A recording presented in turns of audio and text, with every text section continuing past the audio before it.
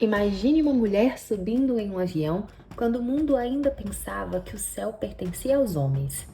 Imagine alguém que atravessou o Atlântico sozinha, que quebrou recordes e virou símbolo. O nome dela era Amelia Earhart. E a história que nos ocupa não é apenas de coragem.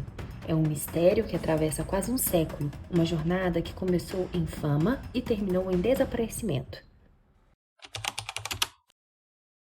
Amelia Mary Earhart nasceu em 1927, no Kansas. Foi piloto, autora, estrela da imprensa e ativista pelos direitos das mulheres. Em 1932, tornou-se a primeira mulher a voar sozinha através do Atlântico. Sua imagem foi moldada por revistas, por seu agente e por sua própria vontade de transformar o que era possível para as mulheres. Casou-se com George P. Putman, um homem que a promoveu amplamente, às vezes com controvérsia, e que foi parceiro e gestor da sua carreira. Ao longo da década de 30, Amélia acumulou recordes, travessias, voo solo e uma presença pública que a tornou conhecida em todos os cantos. Mas em 1937, ela decidiu ir além, circunnavegar o globo por rotas equatoriais em um Lockheed Model 10E elétrica modificado. A missão foi minuciosamente planejada, com patrocinadores, apoio logístico e a experiência do seu navegador, Fred Newman, que tinha vasta familiaridade com a navegação marítima. Ela queria ser a primeira mulher a dar a volta ao mundo e pagou o preço de assumir um risco extremo.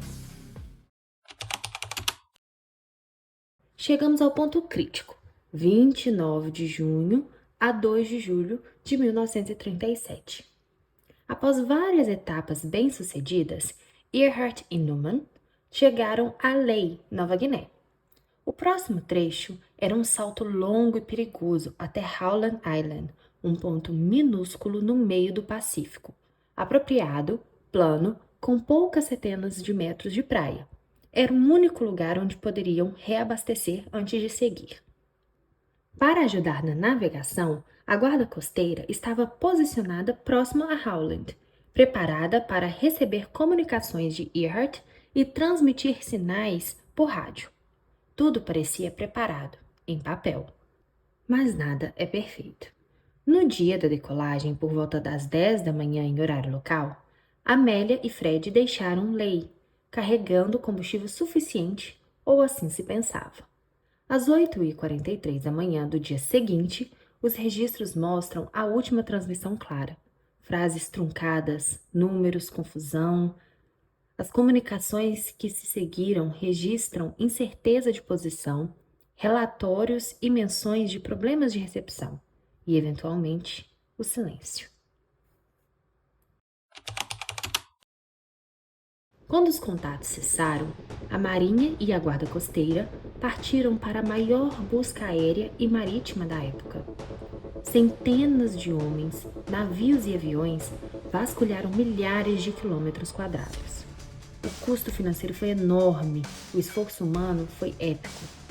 Mas apesar de dias de buscas, nenhum destroço definitivo do Elétrica foi encontrado, nenhum corpo. Apenas relatos ocasionalmente contraditórios de sinais e luzes no mar. Oficialmente, a operação durou semanas e terminou sem respostas. O governo posteriormente declarou Earhart e Newman mortos em desaparecimento. Para muitos, porém, o caso estava longe de ser encerrado e perguntas começaram a proliferar. Como um avião bem equipado, com combustível, rádio, simplesmente desaparece no Pacífico? Ao longo das décadas, surgiram 3 grandes famílias de explicações. O avião pode ter ficado sem combustível e afundado, pode ter ocorrido um pouso forçado e uma sobrevivência temporária, ou pior, eles podem ter se tornado prisioneiros de guerra. Cada uma tem fãs, evidências parciais e problemas. Vamos destrinchar cada uma. Hipótese número 1. O avião ficou sem combustível e afundou.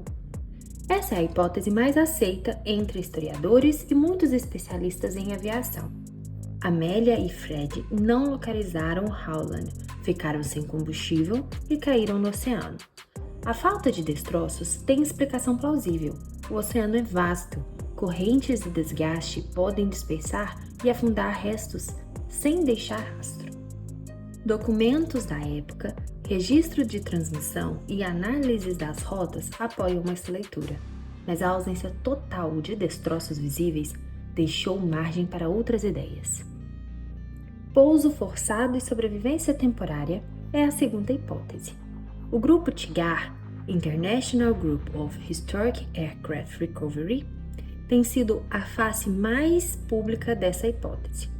TIGAR aumenta que Earhart pode ter feito um pouso forçado próximo à ilha de Nikumaroro, uma ilha desabitada com arrecifes e lagoas. Em 1940, colonos britânicos encontraram restos humanos e artefatos na ilha. Fragmentos de vidro, ossos, possivelmente objetos de couro ou de sapato, que foram parcialmente analisados. Um primeiro exame inicial em 1941 classificou os ossos como possivelmente masculinos. Mais tarde, reanálises estatísticas modernas sugeriram que as características poderiam compatibilizar com uma mulher de estatura semelhante à de Amélia. TIGAR organizou várias expedições, encontrou objetos que poderiam, em tese, ser ligados à elétrica, mas nada foi conclusivo. A hipótese da sobrevivência atraiu atenção, porque explicaria sinais reportados, peças e o possível local de enterro. Mas críticos apontam que evidências materiais são frágeis e cálculos de deriva e de navegação de Noonan talvez não suportem um pouso tão preciso, e que os ossos e os objetos podem pertencer a outros viajantes. A terceira hipótese, uma linha popular e dramática, sugere que Earhart e Noonan foram capturados por forças japonesas após um pouso em uma ilha sob o controle do Império e que teriam sido executados em cativeiro. Essa teoria ganhou força em épocas de tensão política e foi reavivada por documentários que apresentaram fotografias e documentos supostamente novos. Mas investigações de historiadores e de arquivos oficiais frequentemente desacreditam ou enquadram tais provas. Até hoje não existe uma evidência documental sólida que demonstre captura. Alguns dos elementos mais discutidos são ossos encontrados em Nikumaroro, fragmentos metálicos, pregos, supostos restos de rádio e peças de sapato. Em particular, o exame de um conjunto de ossos no início dos anos 1940 e a subsequente revisão por pesquisadores modernos ocupa grande parte do debate. Estatísticas anatômicas modernas indicam que os ossos poderiam pertencer a uma mulher de altura semelhante à de Earhart, mas a amostra é incompleta e os registros originais do achado são parciais. Também surgiram fotos ao longo dos anos, imagens que supostamente mostram Amélia em território japonês, fotos de destroços subaquáticos e até sinais sonares que algum dia foram interpretados como possíveis locais do Electra. Muitas dessas provas foram posteriormente explicadas como datadas de antes de 1937, ou como falsificações, ou ainda como interpretações errôneas de sinais geológicos. O padrão que emerge é claro: há pistas, fragmentos e indícios interessantes, mas nada que seja universalmente aceito como prova final. Nas últimas décadas, equipes privadas, documentaristas e cientistas já retornaram ao Pacífico com batímetros, sonar de varredura lateral, mergulhadores e análises forenses modernas. Alguns estudos afirmaram ter localizado alvos submersos que poderiam ser destroços do Elétrica. Outros achados foram descartados após investigações. Em tempos recentes, surgiram expedições que parecem promissoras e outras que acabaram sem conclusões ou foram interrompidas. mostrando que a mistura de ciência, mídia e financiamento cria ciclos de esperança e desapontamento. Ainda assim, a tecnologia avançou. Modelagem de deriva, análise de sinais sonares, identificação de peças metálicas e a reavaliação de relatos de rádio tornam as buscas mais precisas do que no passado.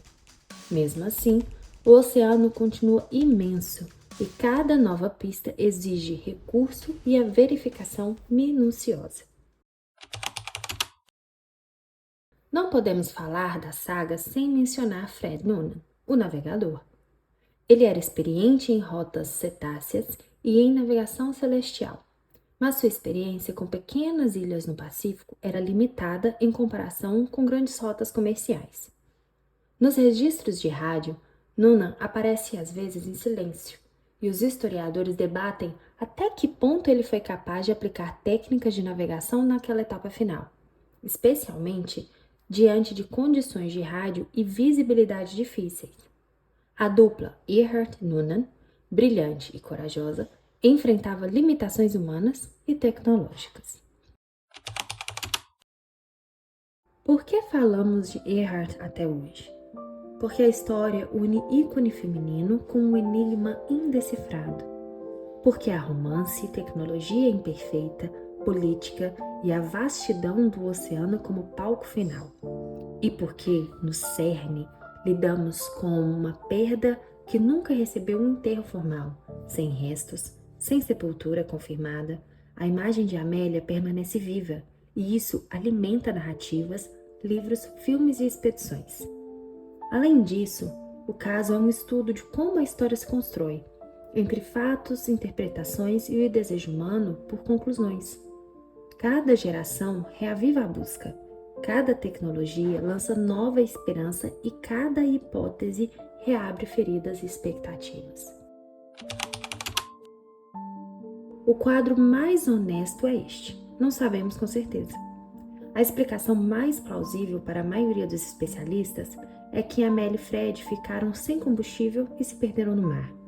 Porém, o conjunto de indícios em Nicomarouro mantém viva a possibilidade de pouso forçado e sobrevivência temporária, uma possibilidade que merece investigação científica rigorosa. A teoria da captura japonesa carece de evidência robusta, apesar de sua popularidade. E, por fim, as inúmeras expedições mostram que, mesmo com tecnologia moderna, o mar ainda guarda muitos segredos.